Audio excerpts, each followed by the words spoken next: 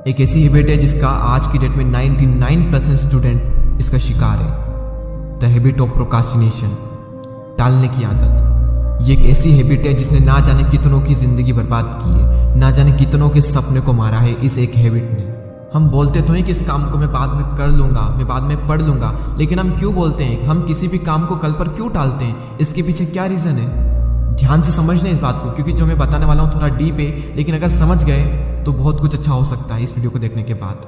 हम सिर्फ उन्हीं कामों को कल पर टालते हैं जो हमारे लिए अर्जेंट नहीं होते हैं और हमारे इंटरेस्ट एरिया में नहीं होते हैं। जब कोई काम हमारे लिए बहुत ज़्यादा अर्जेंट हो जाता है तब हम उसको नहीं टालते, क्योंकि वहाँ पर डू और डाई वाली कंडीशन क्रिएट हो जाती है।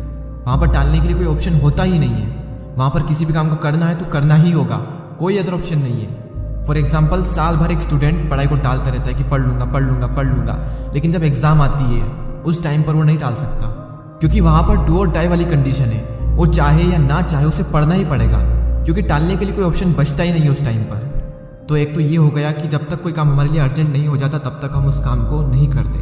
मैं आपको एक एग्जाम्पल और देता हूँ। अगर मैं आपसे कहूँ कि आज आपको 5 घंटे पढ़ना है तो 99% स्टूडेंट्स उसको नहीं पढ़ पाएंगे।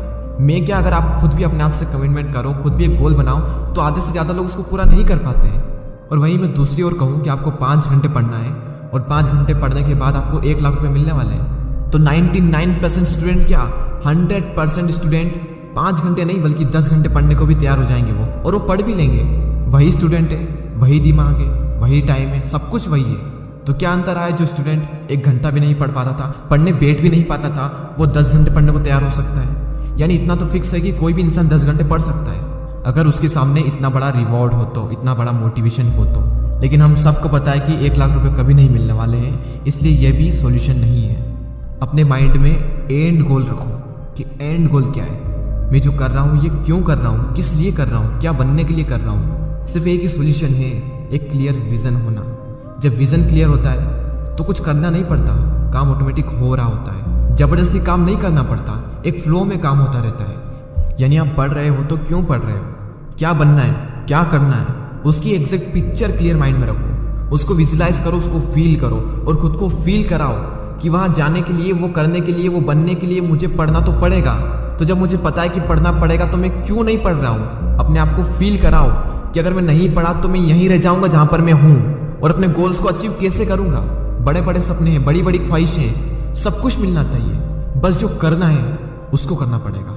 तो जब आपको पता है तो करो ना, उसको टालो मत। उसको टाल क्यों रहे हो?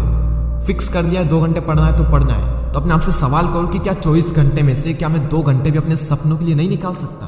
कुछ लोग तो 24 घंटे में से 12-12 घंटे तक काम कर सकते हैं, 12-12 घंटे तक काम करते हैं, बल्कि क्योंकि उनका विजन एकदम क्लियर है।